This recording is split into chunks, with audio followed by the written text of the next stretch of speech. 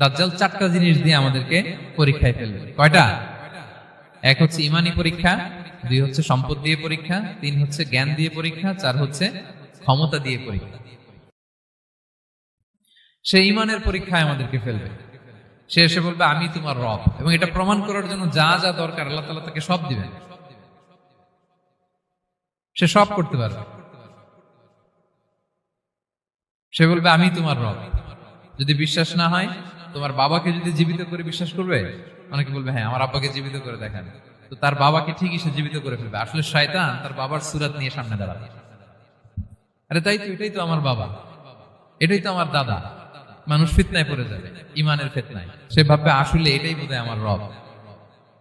এবং তাকে এত ক্ষমতা দেয়া হবে, তার ডান দিকে থাকবে জান্নাত, বাঁ দিকে জাহান্নাম। তার কাছে আল্লাহ এটা দিবে। যে তার কথা শুনবে তাকে সে জান্নাতে ঢুকাবে, কিন্তু জান্নাতে ঢুকে সে জাহান্নামের শাস্তি ভোগ করবে। এটা তার বাইরের মানুষ বুঝবে না, অ্যাপারেন্টলি এটা জান্নাত। আর যে তাকে মানবে না তাকে সে জাহান্নামে ফেলবে, কিন্তু জাহান্নামে ঢুকলেও সে জান্নাতের নাজ নেয়ামত ভোগ করবে। তাহলে এই যে ইমানের ফিতনায় সে ফেলে দিবে আমাদেরকে। তো ইমান কি করে বাঁচাবো, এটার সলিউশন আমি শোনাবো আপনাদের। 2 নম্বরে সে আমাদেরকে সম্পদ দিয়ে ফিতনায় ফেলবে। যার যা লাগবে সে তাই দিতে পারবে, যা লাগবে। সে যদি আকাশকে বলে আকাশ বৃষ্টি দাও, যাকে তারা মানবে ওই এলাকায় বৃষ্টি হবে, সুজলা সুফলা শস্য শ্যামলা হবে সে সমস্ত এলাকা, ফল মূলে ভর্তি হবে, বরকত আর বরকত। আর যে এলাকার লোকেরা, জনপদের লোকেরা তাকে মানবে না, সে বলবে ওখানে বৃষ্টি হবে না, হবেও না।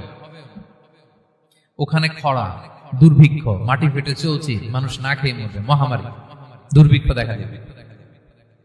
তখন বিশ্ববাসী মনে করবে এটাই বোধহয় আমাদের রব।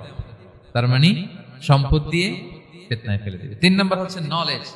তার জ্ঞানের কাছে গোটা বিশ্ব হার মানবে। পূর্বের পরের যত জ্ঞান আছে সব আল্লাহ তাকে দিবে। ইলমুল আউয়ালিন ওয়াল আখিরিন। এমন কোন প্রশ্ন নেই যেটা দিয়ে তাকে আটকানো যায়। সে যা বলবে তাই হবে। তার জ্ঞানের এই বহর দেখে মানুষ ফিতনায় পড়ে যাবে।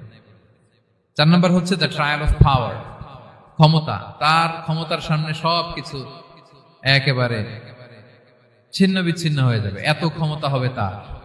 সে যেমনটি বলবে তেমনটি করতে হবে। বাতাসের চেয়ে দ্রুত বেগে সে এক দেশ থেকে আরেক দেশে চলে যাবে। তো তার এই সমস্ত অলৌকিক ক্ষমতা দেখে মানুষ ফিতনায় পড়ে যাবে।